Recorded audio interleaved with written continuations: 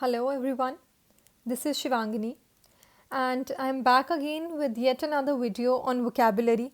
Once again, 10 new words along with their meanings and their usage in the sentences. So let's get started with our today's discussion on vocabulary, where I am going to introduce you to 10 new words that will prove to be helpful to you in your daily conversations and also in the exams that you tend to attempt. So let's get started. So as you can see, the first word on the screen is peruse. First of all pronunciation बहुत important है, तो आप इसको पर use करके pronounce नहीं करेंगे. You have to pronounce this word as peruse.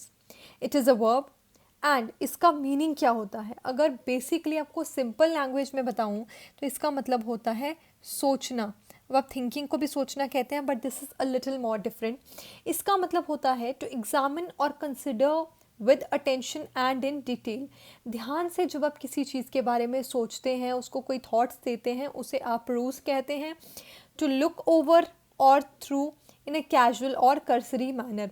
When you go through something, जैसे कोई बुक हो गई, कोई मेन्यू हो गया, कोई मैगजीन हो गया, उसको आप अटेंटिवली पढ़ते हैं और उसके बारे में सोचते हैं, उसे हम परuse कहते हैं. It also means to read, specially to read over in an attentive और लीजरली मैनर. बहुत ध्यान से जब आप किसी चीज़ को पढ़ें तो उसे परuse कहा जाता है. For example, John perused the menu while we waited for a table. यानी जब तक हम टेबल का वेट कर रहे थे तब तक जॉन ने क्या किया, उसने मेन्यू को गो थ्रू किया. He was looking at the menu, he was attentively reading the menu. So peruse means to examine with attention. ध्यान से डिटेल में जब आप किसी चीज़ को पढ़ते हैं, किसी चीज़ को go through करते हैं, it is known as peruse. The next word is snicker. ये भी verb है. स्निकर का मतलब होता है हंसना, लेकिन थोड़ी हंसी दबाकर जब आप हंसते हैं ना, जब आप खुलकर नहीं हंसते. When you laugh in a covert और पार्टली सप्रेस्ड मैनर, थोड़ा अपनी हंसी को दबाकर जब आप हंसते हैं, उसे कहा जाता है snickering. So when you laugh in a suppressed manner, it is known as snicker. इसके सिनोनिम्स है टिटर. और एक वर्ड और हमने पीछे की वीडियोज़ में पढ़ा था, विच वॉज गिगल. गिगल का मतलब भी यही होता है, to laugh in a partly suppressed manner. So giggle, snicker and titter are the same thing. इनका मतलब होता है जब आप हंसी को रोकते हैं, थोड़ा सा दबी हुई हंसी जो होती है उसे कहा जाता है sneaker. And example, he snickered at her while the teacher was giving a lecture. Class में कई बार टीचर लेक्चर दे रहा होता है और आपको किसी बात पे हंसी आ जाती है, तो आप खुलकर ज़ोर ज़ोर से नहीं हंस सकते हैं, आप अपनी हंसी को दबा के थोड़ा रखते हैं, उसी हंसी को कहा जाता है sneaker. The next word that we have is eclectic. Eclectic जो word है ये एक adjective है. Eclectic का मतलब होता है कोई ऐसी चीज़ जो बहुत ज़्यादा एलिमेंट से मिल के बनी हो, जिसे आप heterogeneous कहते हैं. So eclectic refers to something composed of elements drawn from various sources. It is also known as heterogeneous, selecting what appears to be best in various doctrines, methods और styles. Eclectic यानी a mixture of various things. अलग अलग element से mix होकर जब कोई चीज़ बनती है तो हम उसे eclectic कहते हैं. या फिर eclectic आप बेस्ट को भी कह सकते हैं, यानी किसी भी एरिया में जो चीज़ बेस्ट होती है तो उसे हम कहते हैं eclectic. For example, she has eclectic taste in literature, यानी लिटरेचर में उसका बहुत ही अच्छा टेस्ट है. So this is known as eclectic. Now this word dexterous. Dexterous एक एडजेक्टिव है और इसका मतलब होता है अनुभवी. somebody who has experience in something. कोई ऐसा इंसान जो बहुत ही केपेबल हो, क्लेवर हो, स्किलफुल हो, उसे आप कहते हैं dexterous. Means mentally adroit and skillful. इसके सिनोनिम्स हैं क्लेवर, या फिर आप कह सकते हैं स्किलफुल, जो मैंने यहाँ भी मेंशन किया है. एड्रॉइट भी इसी का एडजेक्टिव है. So somebody who is capable, कोई ऐसा इंसान जो बहुत केपेबल हो, जो मेंटली बहुत शार्प हो, उसे आप कहते हैं डेक्सट्रस, जिसे आप अनुभवी बोलते हो हिंदी में. For example, her dexterous handling of the crisis, done with mental और फिजिकल स्किल, क्विकनेस और grace, done with dexterity. Artful. Artful is also synonym. Skillful and competent with hands, जो इंसान अपने हाथों को बहुत ही स्किलफुली, बहुत ही आर्टिस्टिकली, बहुत ही अच्छे से यूज़ करता है, उसे भी डेक्स्ट्रस कहते हैं. For example a dextrous surgeon, surgeons का काम होता है ऑपरेशंस करना, सर्जरीज करना जिसमें हैंड्स का यूज़ होता है. सो डेक्स्ट्रस सर्जन मीन एक ऐसा सर्जन जो अपने हाथों को बहुत ही स्किलफुली, बहुत ही अच्छे से यूज़ करता है. So dexterous means somebody who's very capable, who is skillful, or somebody who can use his hands in a very skillful, artistic and useful manner. अब इसी वर्ड से रिलेटेड एक और वर्ड है एम्बीडेक्स्ट्रस. डेक्स्ट्रस तो आपने पढ़ा जो बहुत स्किलफुल हो. नाउ एम्बीडेक्स्ट्रस, एम्बी मतलब जो दोनों हाथों को अच्छे से यूज़ कर पाए. One who can use both hands with equal ease और dexterity. For example an ambidextrous picture designed और suitable for use by left और राइट हैंड. कोई भी ऐसी चीज़ या कोई भी ऐसा इंसान जिसमें दोनों हाथों का इक्वल अच्छे से यूज़ हो पाए, जिसमें लेफ्ट राइट हैंड दोनों इक्वली यूज़ हो, उसे एम्बीडेक्स्ट्रस कहते हैं. For example, with two firing buttons, it is the first ambidextrous joystick. Ambidextrous joystick यानी जिससे आप वीडियो गेम्स खेलते हैं वो जॉयस्टिक होती है. तो ambidextrous joystick यानी वो जॉयस्टिक जिसमें आप लेफ्ट राइट हैंड दोनों यूज़ कर सकते हैं, which is as comfortable for lefties as righties. Unusually skillful, versatile. So this is the synonym for ambidextrous. जो इंसान बहुत versatile हो, जो सब कुछ अच्छे से कर पाए, जो skillful हो, उसे आप बोलेंगे ambidextrous. Then this word sordid, ये एक adjective है.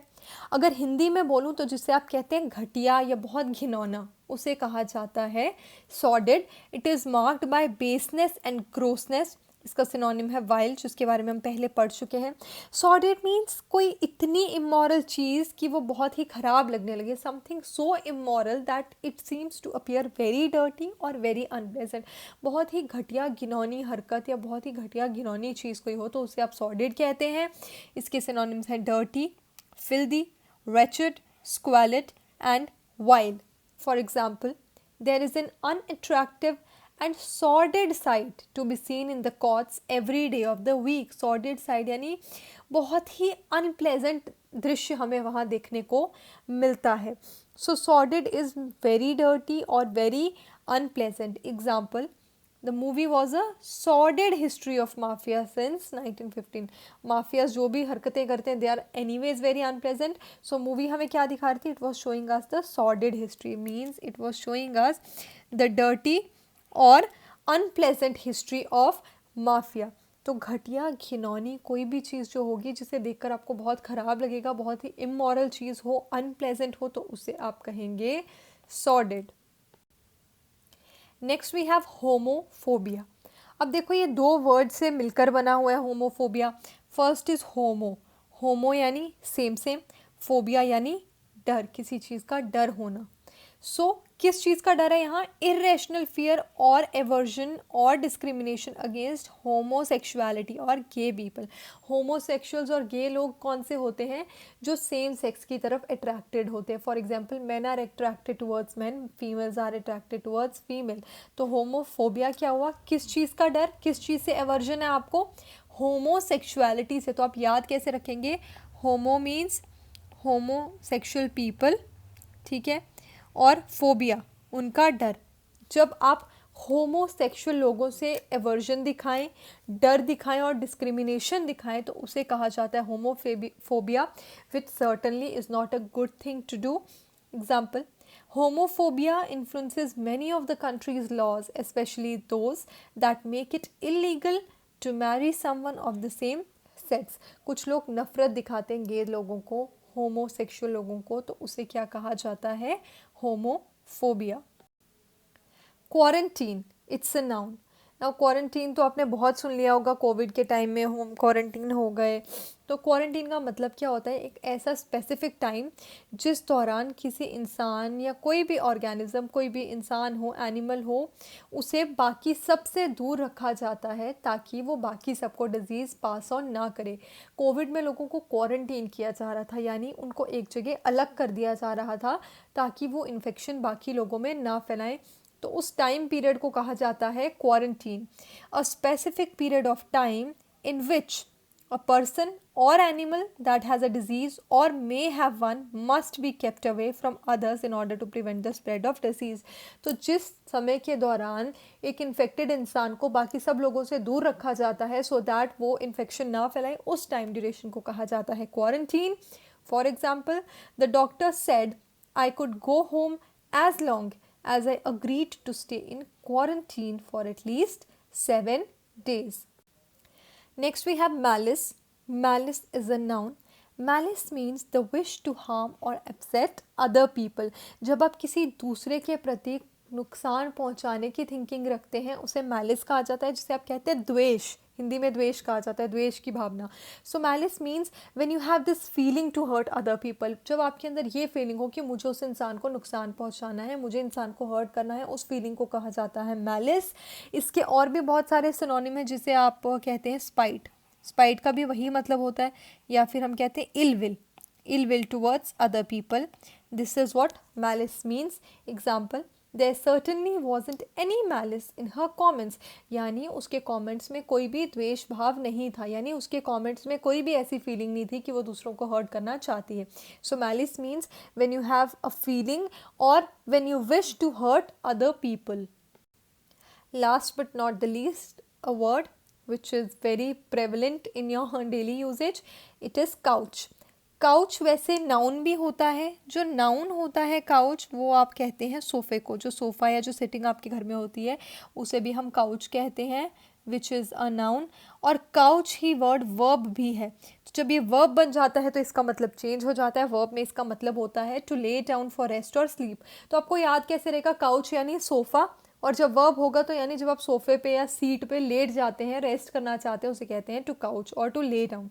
The line couched himself by a tree, यानी जो लायन था वो पेड़ के नीचे जाकर लेट गया रेस्ट करने के लिए.